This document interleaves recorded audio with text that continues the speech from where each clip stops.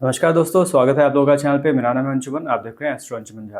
तो आज की वीडियो से हम लोग क्योंकि आज गुरुवार होता है तो गुरु का दिन है, तो उस दिन मैंने सोचा कि कुछ ज्ञान की बातें आपके साथ शेयर करेंगे। तो एक नया सीरीज़ मैं यहाँ पे स्टार्ट करने के लिए जा रहा हूँ, जिसके अंदर हम लोग कुछ ना कुछ ज्योतिष विज्ञान से जुड़ा हुआ ऐसा सीखेंगे जो तर्क के ऊपर थोड़ा सा साउंड करे, और प्लस जो मैंने अभी तक सीखा है उसके बेस पे कुछ चीज़ें मैं आपके साथ हर गुरुवार के दिन शेयर करूँगा, जिसमें मुख्यतः जो चीज़ें होंगी वो एक टॉपिक से जुड़ी हुई होंगी, और उससे जुड़ा हुआ जो भी प्रैक्टिकल चीज़ें जो आसान भाषा के अंदर आपके साथ शेयर किया जा सकता है, वो सारी चीज़ें इस सीरीज़ के अंदर हम लोग डिस्कस करेंगे। आज का वीडियो शुरू करने से पहले मैं अपने गुरु, अपने आचार्य पंडित राकेश मिश्रा जी, जो मेरे जिया जी भी होते हैं, उनको, और आचार्य SN गोयनका जी, उन दोनों को ही मैं प्रणाम करना चाहता हूँ। अपने दिल से उनको बहुत बहुत शुक्रिया देना चाहता हूँ, करना चाहता हूँ कि उनकी वजह से मैंने बहुत सारा जो ज्ञान है वो अर्जित करने की दिशा में मैं आगे बढ़ा।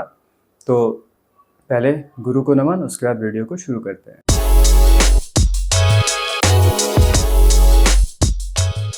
तो आज का जो वीडियो है वो हम लोग माँ के ऊपर डिस्कस कर रहे हैं, क्योंकि पहला एपिसोड बना रहा हूँ, गुरुवार के दिन है, गुरु को समर्पित है। तो जो हमारी सबसे पहले गुरु होते हैं वो हमारी माँ होती है, और जिसको हम लोग अपनी कुंडली के अंदर चंद्रमा से देखते हैं।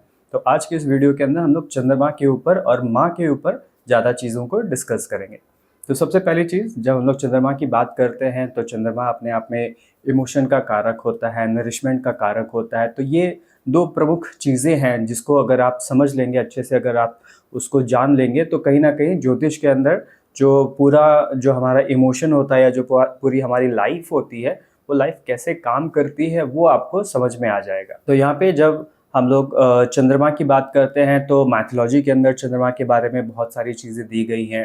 जैसे चंद्रमा क्या है, तो चंद्रमा को एक देव के बारे में बताया गया, एक देव की तरह मैथोलॉजीज में डिस्कस किया गया है, जिनका जो नेचर था काफ़ी जल्दबाजी का नेचर था, और उनको जो ऑप्शंस उनको काफ़ी अच्छे लगते थे, जिस कारण से उनकी काफ़ी सारी पत्नियां थी, जिसमें से जो उनकी सबसे आखिरी पत्नी थी रेवती, वो उनको सबसे ज़्यादा प्यारी थी, उनके पास ही वो सबसे ज़्यादा अपना समय भी बिताते थे। तो वही चीज़ें आपको यहाँ पे भी दिखेगा कि अगर कोई माता होती है तो माता के अंदर भी आपको वो एक चीज़ दिखेगी कि वो अपने बच्चों के लिए बहुत सारे ऑप्शंस ढूंढती है। वो हमेशा चाहती है कि हमारे पास बहुत सारे ऑप्शंस हो। वही चीज़ आप अपने लाइफ के अंदर भी देखेंगे। अगर आप थोड़ा सा इमोशनल हो जाते हैं किसी भी चीज़ के प्रति, तो आप हमेशा देखेंगे कि आप वहाँ पे ऑप्शंस ढूंढेंगे कि मेरे पास ये ऑप्शन भी होना चाहिए, वो ऑप्शन भी होना चाहिए, है ना।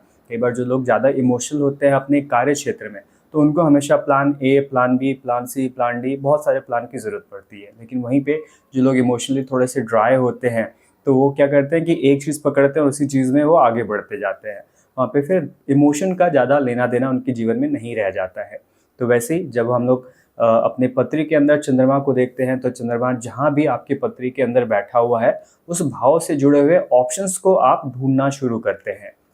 कई बार अगर वो आपके लग्न में बैठा हुआ है, तो अपने व्यक्तित्व के बारे में आप इमोशंस को या फिर ऑप्शंस को ढूंढना शुरू करते हैं कि किस प्रकार से मेरा व्यक्तित्व जो है वो लोगों को अलग अलग प्रकार से दिखे, है ना। जैसे कई बार होता है कि हम लोग अपना एक इमेज लोगों के सामने प्रस्तुत करने की कोशिश करते हैं कि भाई मैं एक व्यक्ति हूँ जो इस प्रकार का व्यक्ति हूँ, ठीक है। आप अंदर जो एक होते हैं वो तो आप हैं ही, उसके अलावा आप बाहर दूसरे लोगों के लिए भी एक व्यक्तित्व आप रखना चाहते हैं।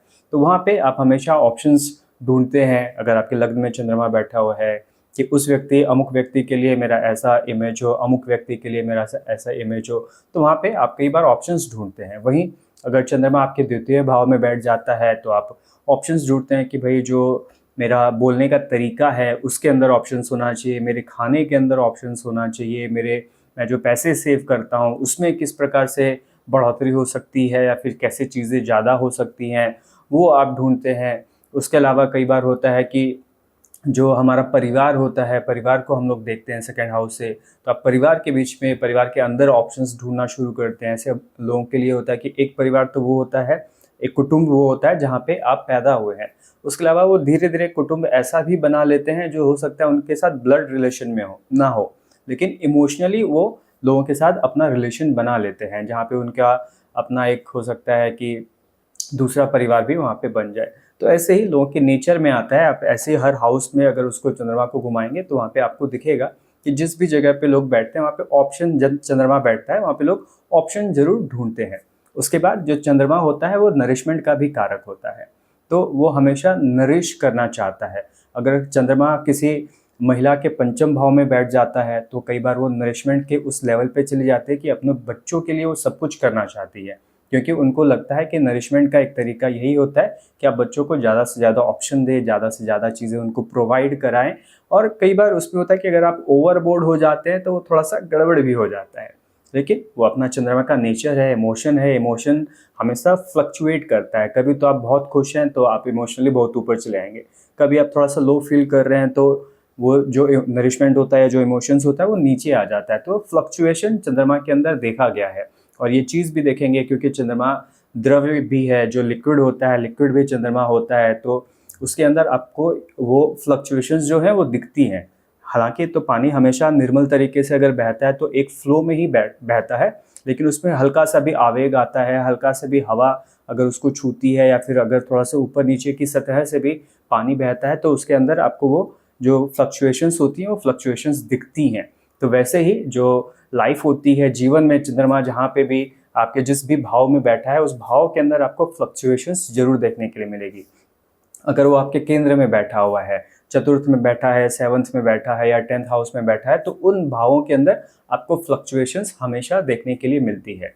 और कहा भी गया है क्योंकि चंद्रमा फास्ट मूविंग प्लैनेट है, हर 2.5 दिन में ही वो एक हाउस से दूसरे हाउस में स्विच कर जाते हैं या ट्रांजिट कर जाते हैं, तो उसकी वजह से जो फ्लक्चुएशन है वो होना थोड़ा सा ज़्यादा ऑब्वियस दिखता है। वो हमारी कुंडली के अंदर भी दिखता है, हर 2.5 दिन में वो अपना भाव बदल लेते हैं। तो हर 2.5 दिन में या कुछ समय में आप देखेंगे कि आपके जीवन के अंदर कुछ ना कुछ फ्लक्चुएशन आता है, जो कहीं ना कहीं जीवन के अंदर रस बनाए रखने के लिए भी ज़रूरी होता है। अगर आपकी लाइफ बिल्कुल फ्लैट लाइन बने तो मज़ा नहीं आएगा। लाइफ में थोड़ा सा अप डाउन होना चाहिए, अगर वो नहीं होगा तो बहुत मंडेन लाइफ हो जाती है, लाइफ के अंदर एक्साइटमेंट खत्म हो जाती है ना। तो इसीलिए चंद्रमा जो है, चंद्रमा को इमोशन का कारक जो बहुत ज़्यादा जोर दिया जाता है उस चीज़ पे इसीलिए दिया जाता है कि आपके लाइफ के अंदर रोमांच आपको चंद्रमा हमेशा बना के देते हैं। या फिर आप अगर अपनी माता के साथ भी ज़्यादा समय व्यतीत करेंगे या फिर जब आप अपने माता के पास रहेंगे तो आपको वो चीज़ दिखेगी कि आपके माता के पास आप ज़्यादा एक्साइटेड रहते हैं, आपके माता के पास आप ज़्यादा रोमांचित रहते हैं। आपको दिखता है कि नहीं, जब मैं माता के साथ हूँ तो मैं अपना दिल खोल के उनको बहुत सारी चीज़ें बता सकता हूँ। या फिर कई बार होता है कि अगर इमोशनली आप माता के बहुत नज़दीक हैं तो आप अपने बारे में लगभग सारी चीज़ें अपनी माता को बताना चाहते हैं। वहीं अगर उसके विपरीत होता है तो कई बार होता है कि आप अपनी माता से बहुत सारी चीज़ें छिपाते हैं, क्योंकि जब चंद्रमा है, चंद्रमा पॉजिटिव होगा तो अपनी पॉजिटिव चीज़ें देगा, और अगर चंद्रमा आपके चार्ट के अंदर नेगेटिव हो जाएगा तो उसके नेगेटिव चीज़ें भी आपको वहाँ पे दिखती है ना। तो फ्लक्चुएशन कई बार अच्छा होता है तो ग्राफ आपका धीरे धीरे ऊपर की तरफ जाता है, वही फ्लक्चुएशन अगर खराब हुआ है ना तो वो ग्राफ धीरे धीरे नीचे की तरफ भी जाता है। तो कई बार होता है कि वैसे लोग जिनका जो चंद्रमा है वो चतुर्थ भाव में होता है तो उनके घर कई बार बदलते हैं। उनको आप देखेंगे अक्सर वो आपको बताएंगे कि मैंने अपना जो घर है वो कई बार बदला है, कई बार मेरा रेसिडेंस जो है वो चेंज हुआ है। कभी वो घर पे रहते हैं, कभी वो हॉस्टल में रहते हैं, कभी फिर वो नौकरी के चक्कर में दूसरी जगह पे रहते हैं, कई बार वो अपने काम के चक्कर में ट्रैवल करते रहते हैं। उनके जीवन में ट्रैवल थोड़ा सा ज़्यादा बढ़ जाता है। चंद्रमा अपने आप में ट्रैवल को भी थोड़ा सा दिखाता है, चंद्रमा अपने आप में फूड को भी दिखाता है। फूड क्यों दिखाता है? तो जैसे आपको बताया कि नरिशमेंट, तो नरिशमेंट कैसे मिलेगी? तो हमें भौतिक पदार्थ जो हम लोग खाते हैं, जो हम लोग भोजन खाते हैं, उसकी वजह से हमें वो चीज़ें मिलती हैं। उसके बाद अगर हम लोग चंद्रमा को देखते हैं तो चंद्रमा को लिक्विड या फिर उनका जो तत्व होता है, जल तत्व की राशि या जल तत्व का प्लैनेट उनको कहा जाता है। जो उनकी राशि होती है कर्क राशि, वो भी जल तत्व की है, और जो प्लैनेट चंद्रमा है वो भी जल तत्व के हैं। तो पानी या जल होता है, जल की अपना एक गुण होता है कि जल हमेशा ही जो याद है या फिर जो चीज़ें उसको कैरी करता है ना। लोग जो ज़्यादा इमोशनल होते हैं उनकी याददाश्त बड़ी अच्छी होती है, और जो थोड़ा सा इमोशनली ड्राई होते हैं उनकी याददाश्त थोड़ी सी कमज़ोर हो जाती है। और जब तक आप इमोशनली थोड़े से अच्छे रहेंगे, थोड़े से इमोशनल रहेंगे, तब तक आपकी याददाश्त भी अच्छी रहेगी। और धीरे धीरे जैसे आप थोड़े से ड्राई हो जाते हैं, जीवन के भागा भागी में आप लग जाते हैं, अपने बारे में सोचने का समय नहीं मिलता है, अपने बारे में इमोशंस दिखाने का समय नहीं मिलता है, तो आप देखेंगे कि धीरे धीरे आपके जीवन में से याददाश्त आपकी थोड़ी थोड़ी कम होती जाएगी। वो भी उसका एक कारण होता है। अब है क्योंकि वो जल है, जल के अंदर ही याददाश्त जमा होती है। या फिर अगर आप किसी भी जगह पानी का नेचर देखेंगे तो पानी हमेशा कहा जाता है कि पानी चीज़ों को याद रखता है ना। तो वैसे ही जो आपका चंद्रमा होता है वो आपकी चीज़ों को याद रखता है, और जो भी आप इस जन्म में कर्म कर रहे हैं वो जो हमारे नेक्स्ट जीवन में हमारे सोल के साथ जाएगा, तो वो कहीं ना कहीं चंद्रमा के साथ ही जाता है। अगर हम लोग अपने कुंडली में देखते हैं तो कुंडली में दिखता है कि भाई सूर्य हमारे सोल का कारक होता है। तो ये जो पूरी हमारी लाइफ मिली है, जो लाइफ के अंदर हमारा प्रारब्ध मिला है, वो हमारे सोल की एक जर्नी है, जिस जर्नी के अंदर हमारा जो सब कुछ है वो क्रियाएं हम करेंगे। अब वही क्रिया जब तक हम लोग इमोशन के साथ नहीं करते हैं, इमोशन उसके साथ जुड़ा हुआ नहीं रहता है, तब तक वो क्रियाएं आपको याद नहीं रहेंगी, या फिर नेक्स्ट लाइफ में जब आप जाएंगे तब तक वो आपके साथ नहीं जाएगी। तो इसलिए कहा भी जाता है कि जो सूर्य है वो हमारे ग्रह के मंडल का राजा होता है, और जो चंद्रमा है वो हमारे ग्रह के मंडल की रानी होती है। अब क्योंकि वो रानी है तो रानी के अंदर शीतलता होती है, तो इसीलिए चंद्रमा को कई बार शीतल ग्रह भी कहा जाता है, या फिर चंद्रमा के अंदर शीतलता भी होती है। चंद्रमा के का जो धातु होता है वो चांदी होता है, या फिर सिल्वर जिसको कहते हैं, वो भी अपने आप में ठंडा धातु होता है। अगर धातु के रूप में सिल्वर को अगर आप टच करते हैं तो हमेशा वो आपको ठंडा फील होता है ना। अब क्योंकि माता है, नरिशमेंट है, इमोशन है, तो उसके अंदर ठंडक थोड़ी सी चाहिए होती है, तो इसलिए उस हिसाब से सिल्वर को जो है उसका कारक कहा गया है। और वही जो शीतलता है, वो शीतलता अगर आपके आत्मा के साथ जुड़ जाती है ना, जैसे बोला कि हमारे आत्मा की जर्नी है, तो शीतलता जो चंद्रमा की है, जो इमोशंस की है, जो नरिशमेंट की है, वो आपके सोल के साथ जुड़ जाती है, तो आप अपने सोल को भी नरिश करके, इमोशनली थोड़ा सा स्ट्रॉन्ग करके इस जीवन से अगले जीवन में आप ट्रांजिट करते हैं। बट वहीं पे होता है कि कई बार कहते हैं कि भाई इस जीवन में आप जो सारी चीज़ें करेंगे तो उसमें आप चीज़ों को अच्छे से करेंगे या चीज़ों को बुरे तरीके से या सही तरीके से नहीं कर पाएंगे, तो उसमें आपके इमोशंस और आपके चंद्रमा का बहुत इम्पॉर्टेंट हाथ वहाँ पे होता है। क्योंकि जब तक आपका चंद्रमा आपको सपोर्ट नहीं करेगा तो इमोशनली सारी चीज़ें अवेलेबल होने के बाद भी आप काम नहीं कर पाएंगे। कई बार कहा जाता है कि अगर आपका चंद्रमा आपके चार्ट में पीड़ित हो गया है तो अक्सर लोग आलसी हो जाते हैं, लोगों का ध्यान ज़्यादा भटकता है, लोग एक जगह पे फोकस नहीं कर पाते हैं, है ना। जो उनका ऊर्जा है वो ऊर्जा का व्यय होना शुरू हो जाता है। इसीलिए कहा भी जाता है कि जब आप अपनी कुंडली देखते हैं तो आप अपने सूर्य कुंडली के साथ साथ आप अपनी चंद्र कुंडली को भी देखें। कई बार वो कहते हैं कि आप जितने लग्न कुंडली को भाव देते हैं उतना ही वजन आपको आपके चंद्र कुंडली पे भी देना चाहिए। क्योंकि कई बार जो आपका ट्रांजिट होता है, या फिर जैसे हम लोग अपनी दशा ही देखते हैं, जो महादशा निकाली जाती है वो भी हमारे चंद्रमा की स्थिति से निकाली जाती है। जब हमारा जन्म होता है उस टाइम पे चंद्रमा जिस नक्षत्र में होता है उसी नक्षत्र से हमारी महादशा शुरू होती है। चंद्रमा जितने डिग्री पे होता है उसी हिसाब से आप जो है अपनी महादशा के टाइम पीरियड को भोगेंगे। फॉर एग्जाम्पल, अगर आप चंद्रमा की ही महादशा में पैदा हुए हैं तो चंद्रमा की महादशा का पूरा एक पीरियड होता है, लेकिन आपको पूरा पीरियड आप नहीं भोगते हैं। वो हो सकता है कि वो दशा पहले शुरू हो चुकी है और चंद्रमा आपके बर्थ के टाइम पे अगर आपके लग्न में ही है तो वहाँ पे उनकी जितनी डिग्री होती है उसी डिग्री के हिसाब से आप रिमेनिंग जो है उस दशा को भोगते हैं। उसके बाद फिर बाकी की जो दशा आती है उन पूरी दशाओं को आप पूरा भोगते हैं। तो उस हिसाब से हमारी जो दशा सिस्टम होती है, विषमोत्तरी जो दशा सिस्टम है, वो भी चंद्रमा पे ही आधारित होती है। तो कहीं ना कहीं जो आपकी सोल की जर्नी है उसका जो साथी है वो चंद्रमा उसका साथी बनता है। और हमारी लाइफ के अंदर भी आप देखोगे तो हमारी लाइफ के अंदर थ्रू आउट हमारी माता हमारी सबसे अच्छी साथी बनती है। अगर आपकी माता का सपोर्ट आपको होता है तो आपका जीवन वैसे ही थोड़ा सा आसान हो जाता है।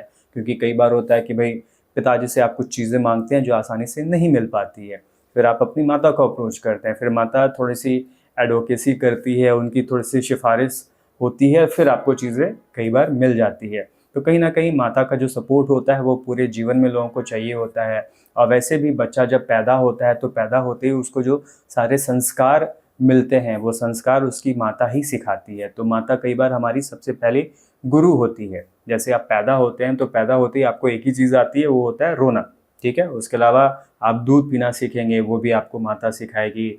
आप हंसना सीखेंगे, वो भी कई बार आपकी माता ही सिखाती है। आप खाना सीखेंगे, वो भी आपकी माता आपको सिखाती है। आप कपड़ा पहनेंगे, वो भी माता सिखाती है।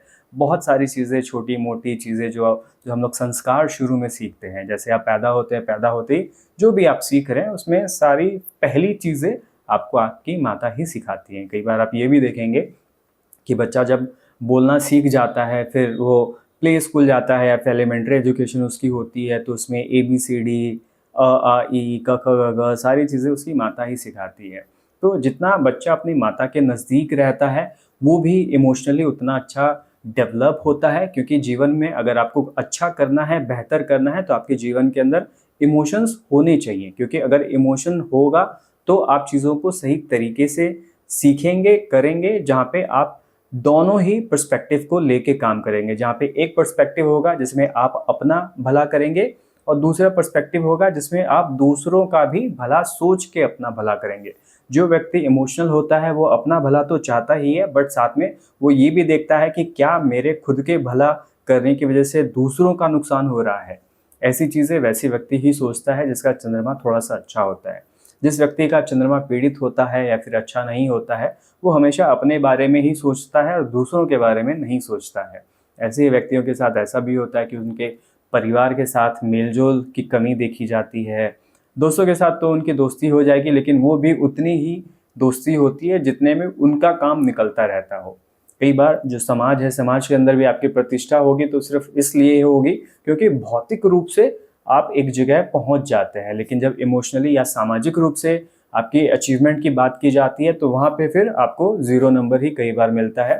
तो लोग इमोशनल लेवल पे या फिर स्पिरिचुअल लेवल पे आपके साथ कनेक्ट नहीं कर पाते हैं। तो ये सारी चीज़ें कहीं न कहीं हमारे चंद्रमा के बिगड़ने की वजह से भी होती है।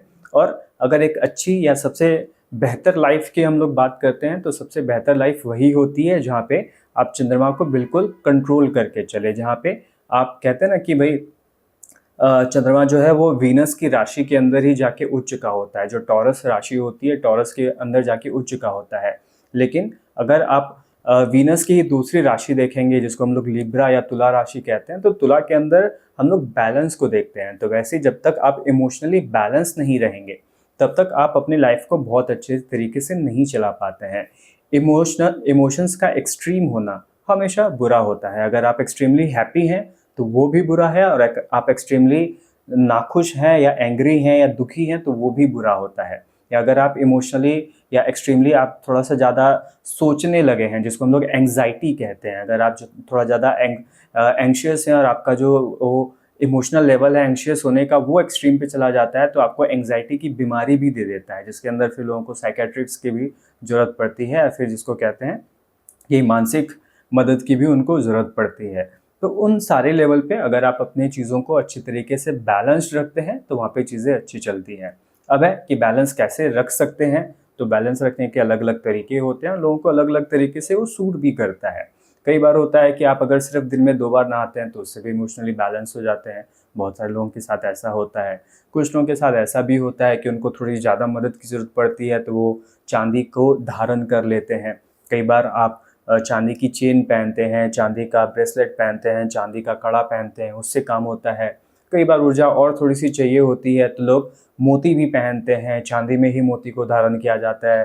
जो हमारी छोटी वाली उँगली होती है, उसके अंदर हम लोग धारण करते हैं, उससे भी काम होता है। कई बार होता है कि अगर आप जल स्रोत के पास जाके समय बिताते हैं, तो उससे भी आपको अच्छा लगता है। अगर आप अभी तक आपने इस चीज़ को नोटिस नहीं किया है, तो कभी आप ऐसा एक बार करके देखें कि जो भी आपका जल स्रोत है आपके आस-पास में, अगर नदी हो, तो नदी के बगल में जाके बैठिए, तो आपको दिखेगा कि इमोशनली आप थोड़ा-सा काम फ़ील करेंगे।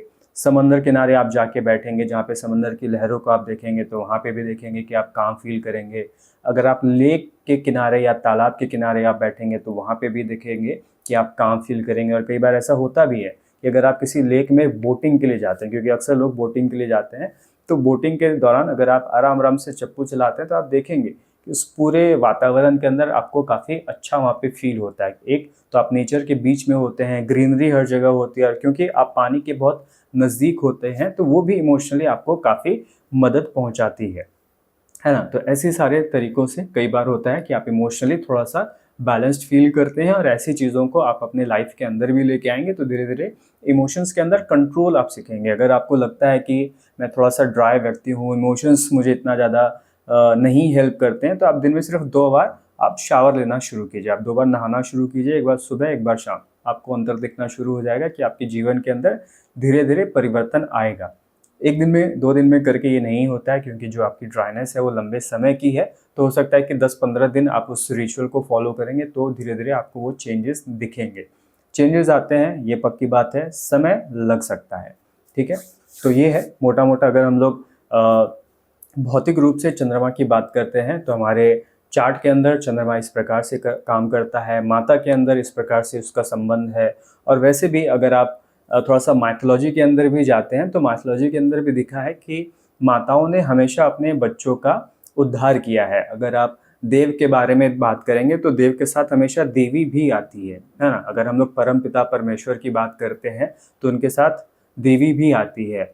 अगर आप शिव की पूजा करेंगे तो वहाँ पे पार्वती माँ की भी पूजा की जाती है ना। तो हमेशा ही आप वहाँ पे देखेंगे कि जो आपकी माता है, माता को उसी प्रकार से स्थान दिया गया है। अगर आप बहुत सारे देव, जो देव का होता है, देव का नाम लेते हैं तो वहाँ पे देवी का ही नाम पहले आता है, देव का नाम बाद में आता है। जैसे लक्ष्मी नारायण है ना, तो लक्ष्मी पहले आती है, नारायण फिर आते हैं। तो वहाँ पे इम्पोर्टेंस उस हिसाब से दी हुई है।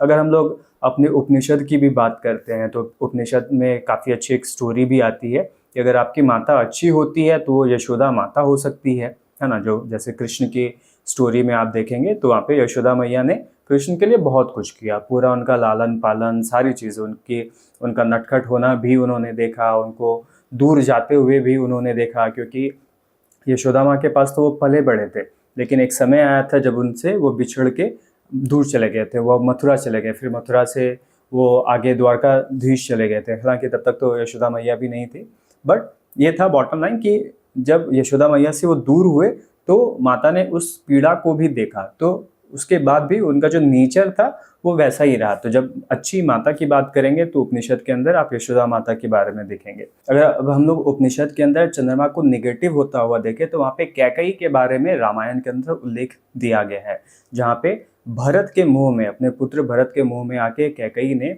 वो 2 वचन बिल्कुल गलत वक्त पे मांगे, और ऐसे 2 वचन मांगे जिसकी वजह से जो पूरा गड़बड़ी थी, या जो पूरा वो एक एपिसोड था वो हुआ था, जहाँ पे कैकेयी की जो दासी थी, उस दासी ने हमेशा ही जो विकार है वो कैकेयी के दिमाग में वो भरती रही, उनके मन में भरती रही कि राम अगर राजा बन जाएंगे तो आपके पुत्र का क्या होगा, राम अगर ये हो गए तो आपके पुत्र का क्या होगा, राम वो हो गए तो आपके पुत्र का क्या होगा। तो हमेशा ही उन्होंने अपने पुत्र के, जो भरत है, भरत के प्रति इनसिक्योर उन्होंने कैकेयी को करना शुरू किया। और कैकेयी इनसिक्योर होते होते अपने पुत्र के मुंह में आते आते एक समय ये भी आया जब उन्होंने अपने पति से, महाराज दशरथ से, वो 2 अपने वचन मांग लिए थे, जिसके अंदर उन्होंने भरत को राज सिंहासन के लिए मांगा था और राम को 14 वर्ष का वनवास जो था वो मांगा था। और उसकी वजह से क्या हुआ कि भरत जब वापस आए, जब उनको पता लगा कि उनकी माता ने उनके साथ ऐसा किया है, तो उन्होंने अपने माता का ही